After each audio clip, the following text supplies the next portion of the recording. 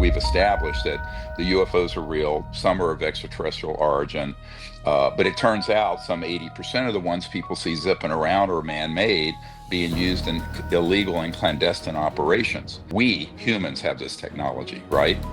And that it's been used in criminal operations, drug running, human trafficking, child trafficking, uh, abductions, kidnappings, murder, covert operations.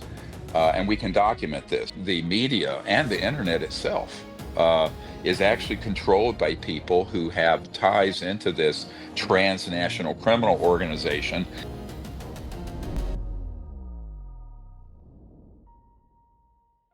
The main thing that people need to understand is it's been done by people who are operatives for the cabal that have been keeping this secret for 80 years. To quote a senior CIA officer who's now must be around 80 years old, who I've known since the 90s, the folks who've made this are, as he calls it, the rat pack that have been deceiving the U.S. government, the public, and the media for decades, quote unquote.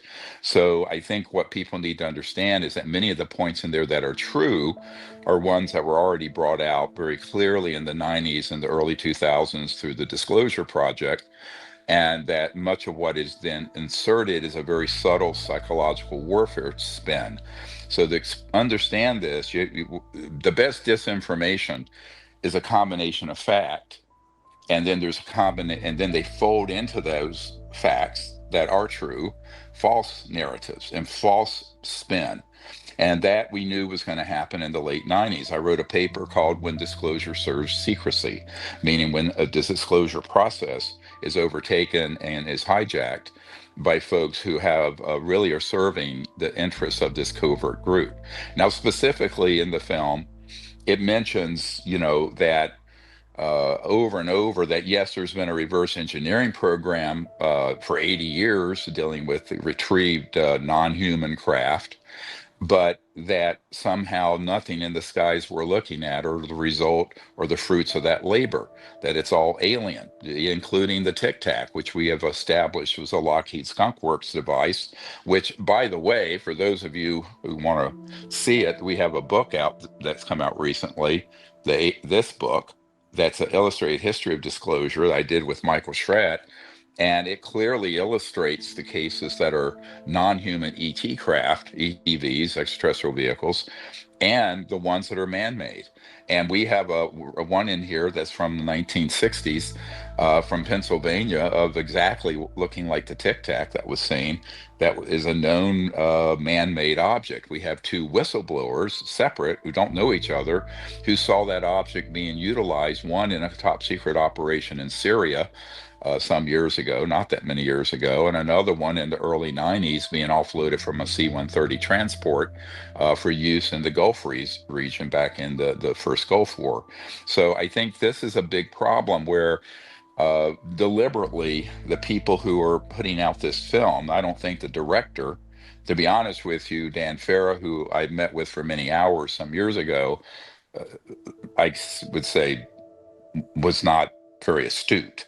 And I think he's being used by people who he thinks would know what they're talking about. And they do, but they're only telling a half truth. And a half truth is more dangerous than a straight out lie. People who just debunk and say none of this exists. But at that point, that ship has sailed. We've established that the UFOs are real. Some are of extraterrestrial origin, but it turns out some 80% of the ones people see zipping around are man-made, being used in illegal and clandestine operations.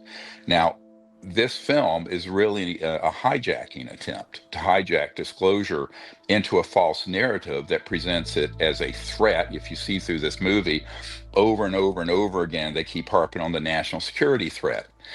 Well, where is that coming from? If the ETs were a threat, we would have had our clock cleaned the day the atomic bomb exploded in 1945. So the fact is there's no evidence that they have attacked us. There's every evidence we've been attacking them. And that's the second part of the false narrative, or third part. The first is that these objects are not man-made when they are. That's the biggest cover-up, by the way, is that we humans have this technology, right? And that it's been used in criminal operations, drug running, human trafficking, child trafficking, uh, abductions, kidnappings, murder, covert operations. And we can document this. Luckily, senior people in law enforcement and intelligence in the United States, to whom we have handed over all our whistleblowers and evidence, now know this to be the case. And to quote one senior special forces operative, they're all having right now an oh shit moment.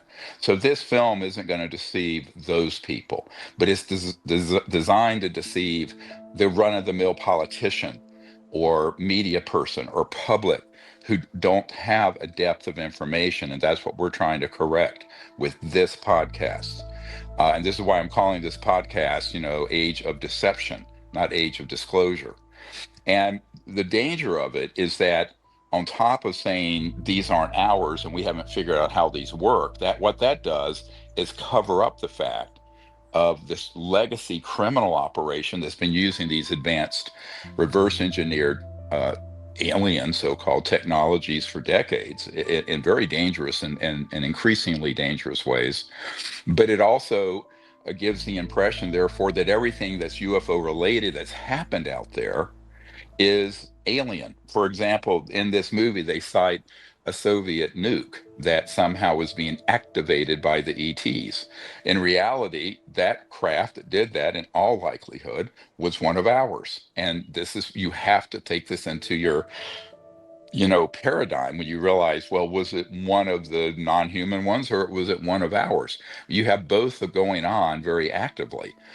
The other part of it is that we have a colonel from the Soviet Union who gave us his full testimony 4 years ago for the 20th anniversary of the Disclosure Project public launch in 2001 at the National Press Club, who has stated emphatically, and this is in our archive, we can put a link in there to his testimony, that there was a nuclear thermonuclear warhead that was overheating, and the ETs actually came in and fixed it. In other words, they put everyone at that silo and base sort of in a stasis, and they went in and stopped this missile from overheating and exploding, which could have triggered, a response of DEFCON 1. We'd been at World War III. So contrary to how they're portrayed, in fact, the ETs have been very careful to try to buy us time while we sort out our own social situation on this planet and politically. But there's no evidence that they have done things to try to instigate a war like that. And so what you have is that, the same set of facts then spun in a direction of a national security threat.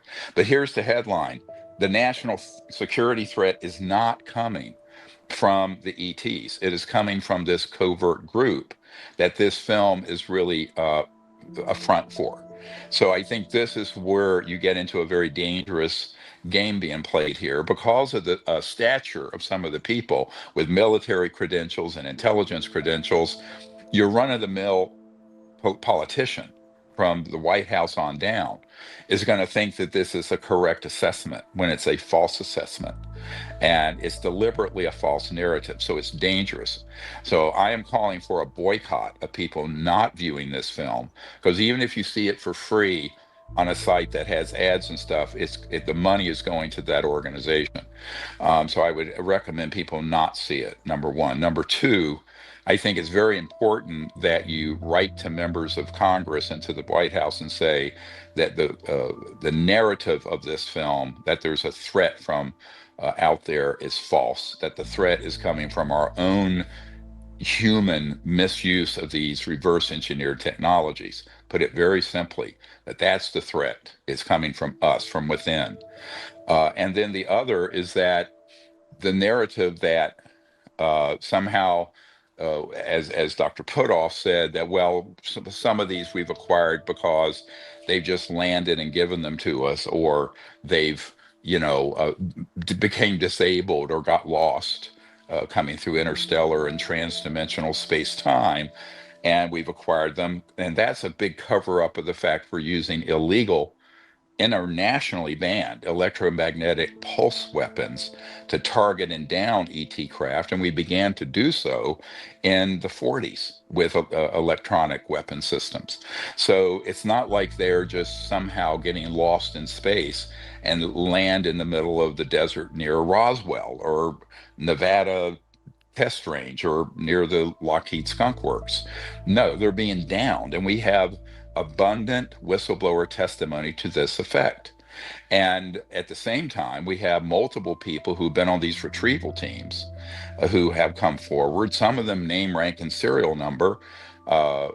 Such as Sergeant Clifford Stone, and back in the day, and he's passed away, but new ones who have been operational at these black sites, who are where these weapons are used to down these ET craft, and with at the same time,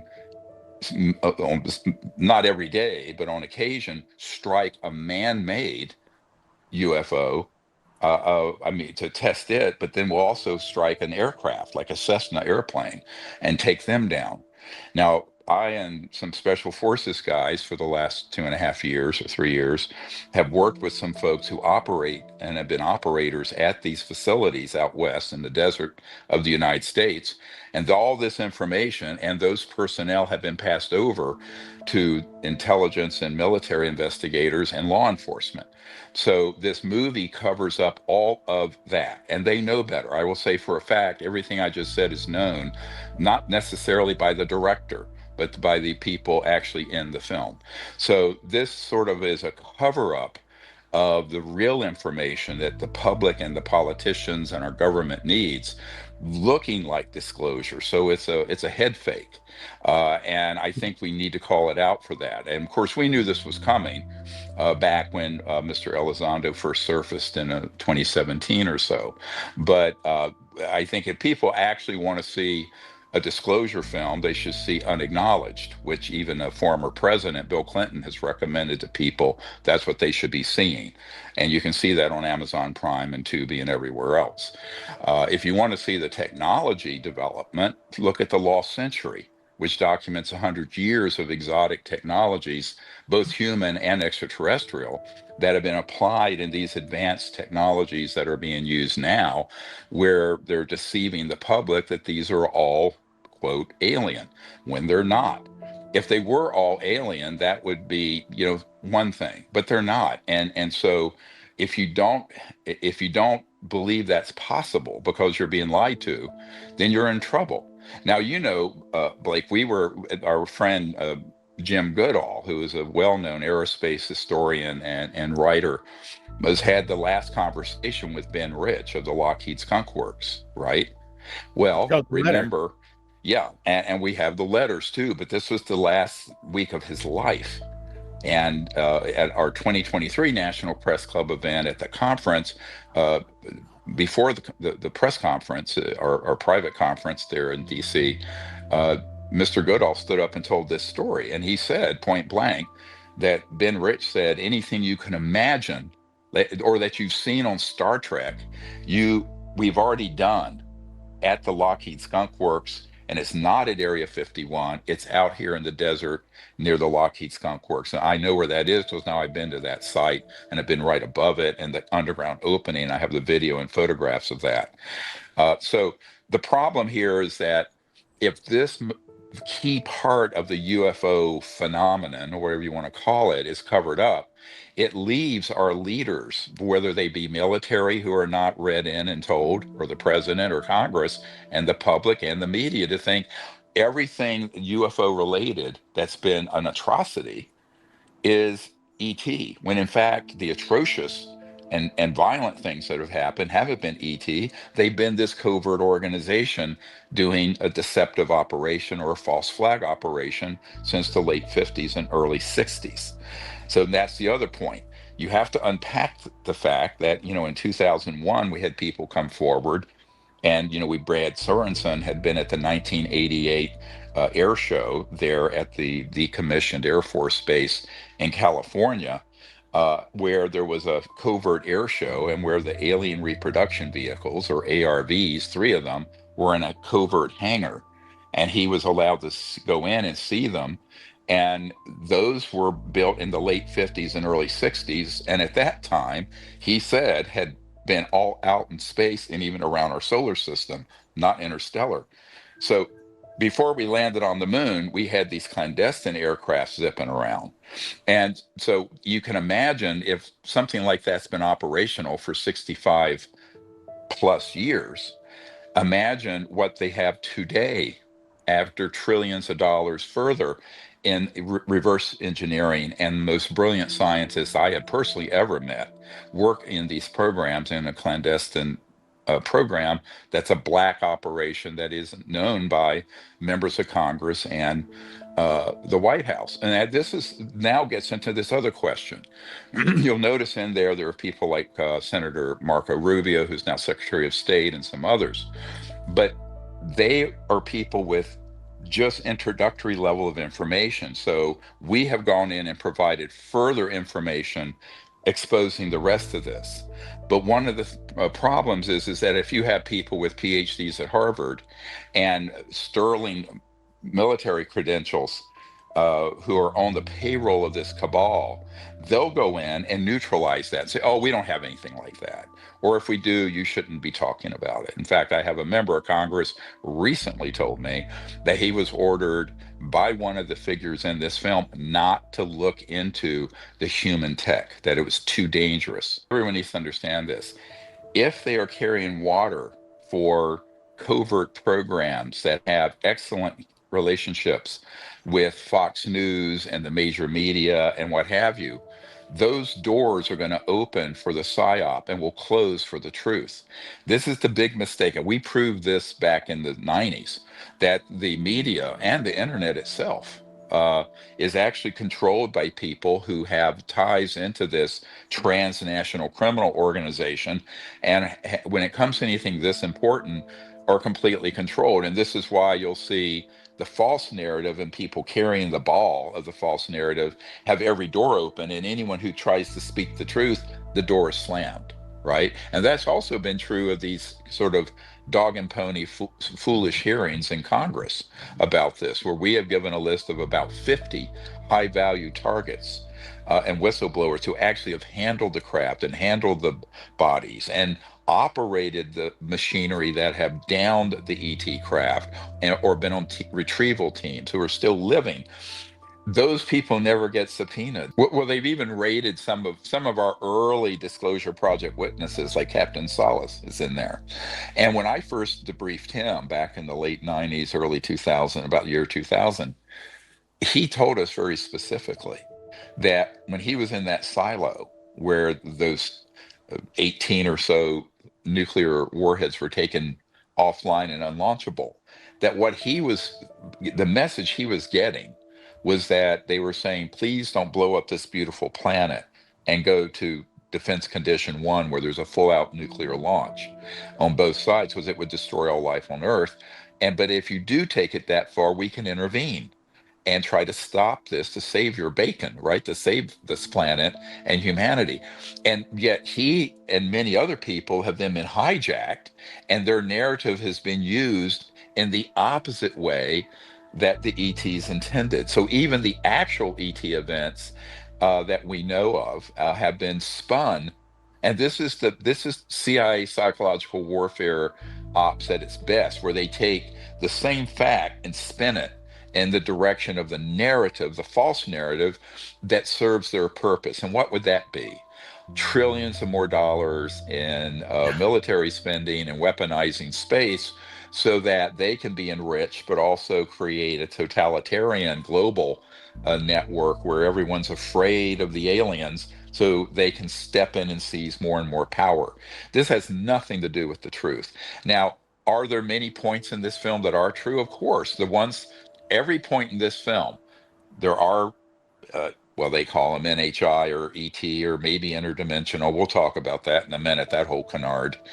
Uh, and that there has been reverse engineering and we have acquired craft. Here's the key thing, is that if you cover up the biggest part of this story, which is not the ET part, it's the human part, Yeah. then you're also taking out of the paradigm of information for leaders in the media and the public where the threat's really coming from.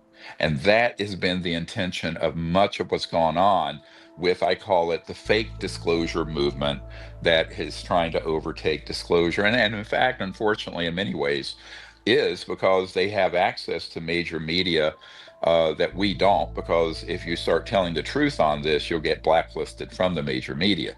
So I think this is one of the problems, is it's a sort of a information warfare game going on. And uh, the idea that civilizations have come here and just are landed, this is another part of that cover up, or that we don't have anything that works this way.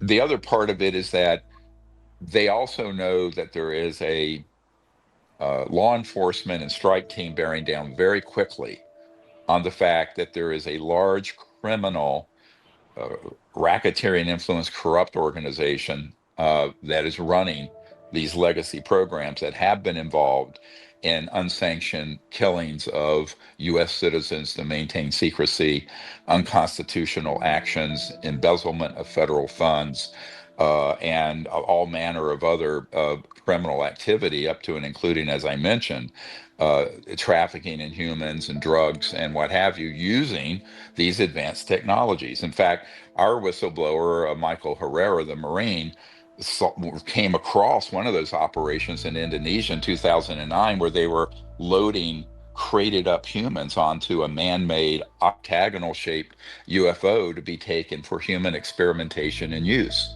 And we have other whistleblowers who have been on the receiving end of that, where they've been able to document those operations where they're bringing people in to be used. And of course, anyone who would have seen that object would have sworn it was an extraterrestrial object if they didn't have this information. So this part of the cover up that's going on in this movie is the most dangerous part of it, because what they're doing, they're leaving all the scary things people have heard about UFOs that humans have done using man-made tech, and laying all of that on the ETs or NHI. Well, it And seems that like, is how that's how you end up in World War III, my friend. yeah. I'll tell you, I mean, I gave up my medical career in part to bring out this technology that would save the biosphere, but the larger and more immediate concern has been avoiding this juggernaut that Werner von Braun, who invented the rocket, warned about. And that is that we were going to create a alien threat from space, so that the world would unite under some sort of totalitarian fascist regime. And I think this movie is actually sort of the final warning bell that that's what's going to be coming in 2026 and 2027 if we don't wake up. I will be blunt. And the time is not very, we don't have a long leash anymore on this. This is coming up very quickly. And I think the public needs to be aware of that. And that's why I'm doing this podcast today.